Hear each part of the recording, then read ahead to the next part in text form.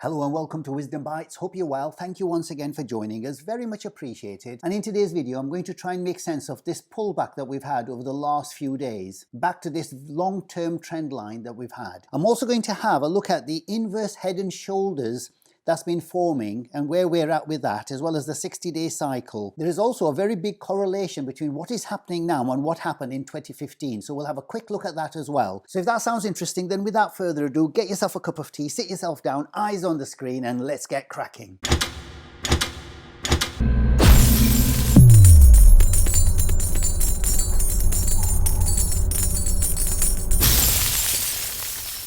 But before I begin, the usual polite reminder, please remember everything in my videos is just for educational purposes. So please do your wider research before you make any investment decisions. As you can see with the market, the way it's going, we're in a very volatile and risky environment, and we all have to make the right decisions based on a wider research. So please do your due diligence. Okay, I'm going to start off on the daily chart. And as you can see, we topped out here at 69,000 at the end of 2021. And we came back up to this trend line over here.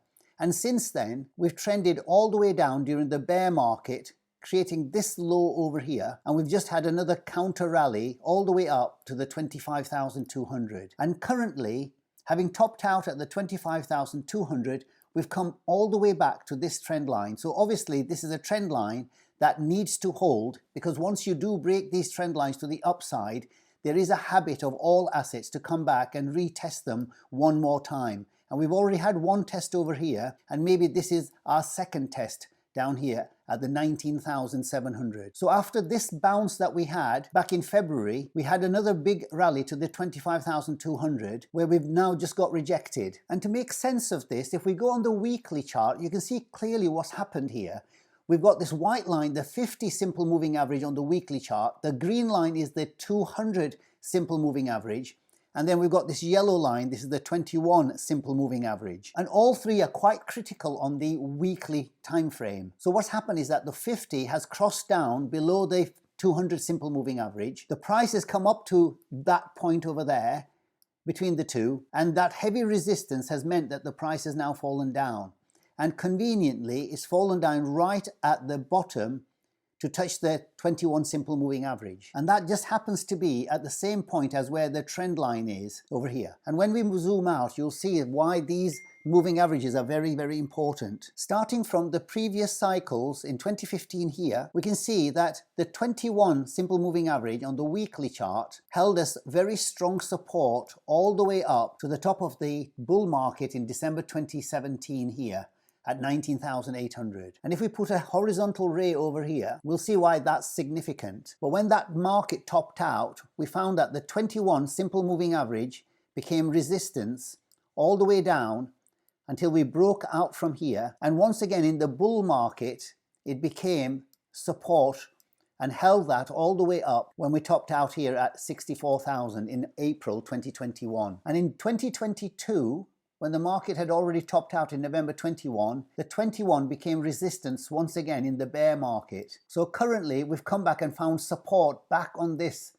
simple moving average once again. You'll also notice the 200 simple moving average, the green line, is a very long-term support line for the Bitcoin price. And when we fell through over here, we found resistance at this point, and currently we found the same resistance once again. So these fractals have a habit of playing out. And if we have a close look over here, we can see that there's an inverse head and shoulders pattern developing, which is something I've mentioned in my previous videos many times. So the current price has come back all the way down to the all-time high of that December 2017 high at the end of that bull market there. And the confluence with that is the trend line over here and the 21 simple moving average. So this should be a very good, strong support, but should we break that, then we're going to be coming back to this point here at the 18,300 level. But what we can see here quite clearly is a inverse head and shoulders pattern developing, with the left shoulder over here, the head down here, and this being the potential right shoulder over here.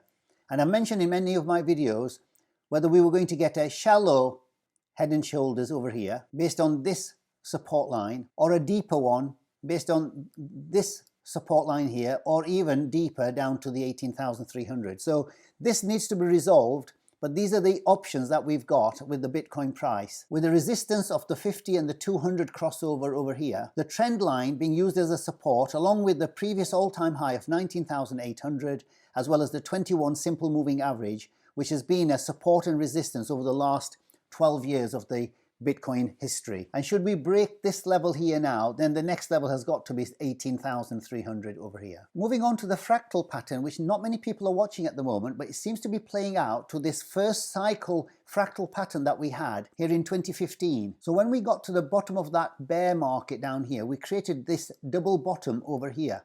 So if we compare it to the current cycle that we're in here, we can see that when we broke out in 2015 over here, we came up to this neckline based on this previous support and resistance over here, which is similar to what's happened here. We've broken out over here, gone above the red line, and then come back over here.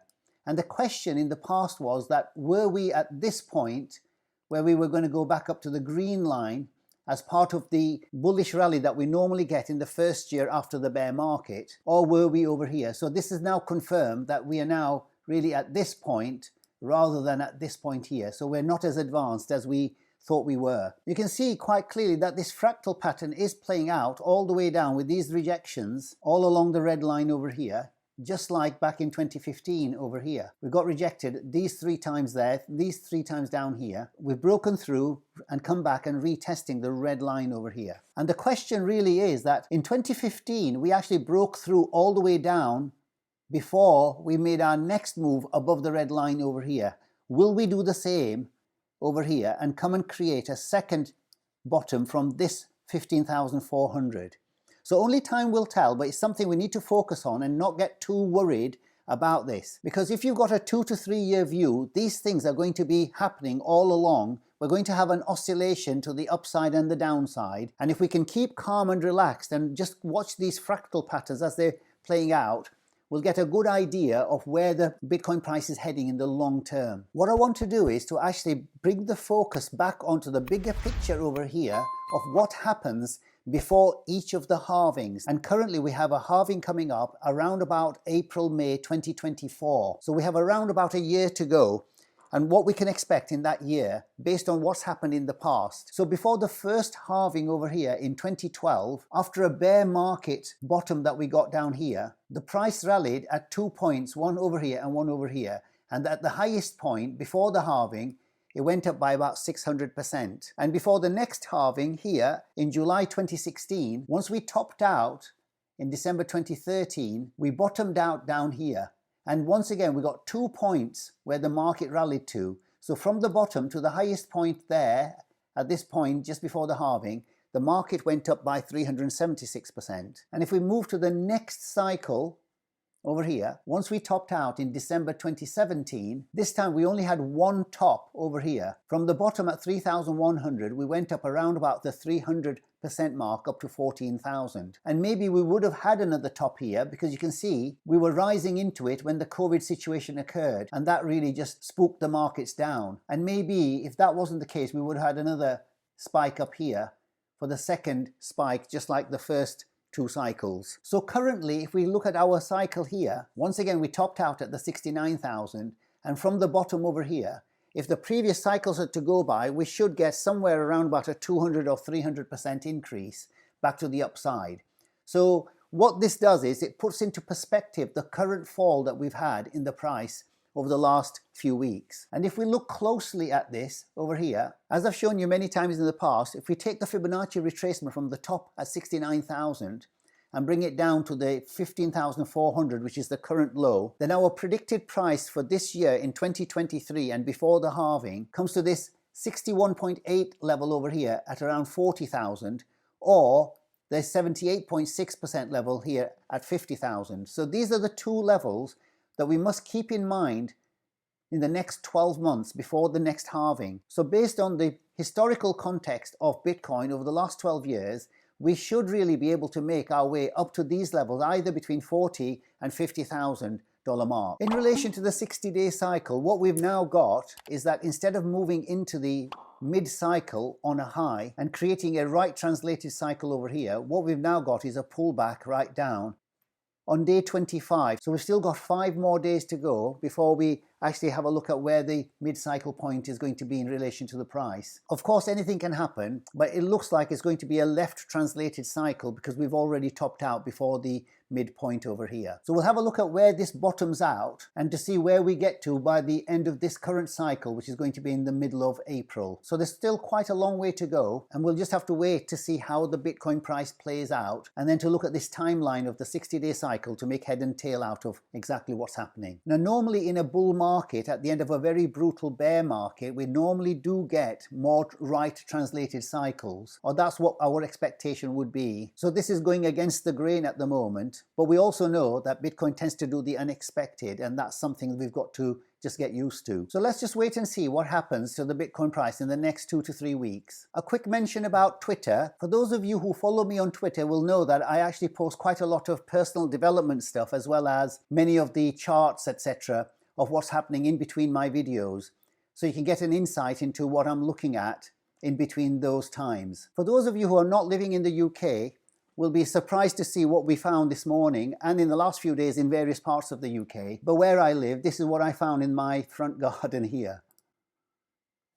And if you want to follow me on Twitter, there is a link of the Twitter page below all of my videos in the description box down here. And for those of you who have an interest in the Bitcoin miners, I wanted to focus on the disconnect that's happened during the bear market of 2022 regarding the Bitcoin price and the prices for the Bitcoin miners. As I've said before, the Bitcoin miners are a leverage play, and that works in both the bull and the bear markets. So during bull markets, the miners go up between 5 or 10 times the Bitcoin price, and during bear markets like 2022, they fall much, much harder. And currently the miners are way down with the corresponding price of Bitcoin. So here is a clip from the members video a couple of days ago I made to highlight this discrepancy. And if we have a look at some of the other companies, what their potential is, just to get back to the August 15th price for Bitcoin of 25,200, you can see how much the Bitcoin miners are lagging Bitcoin at the moment, simply because there isn't enough confidence in the market.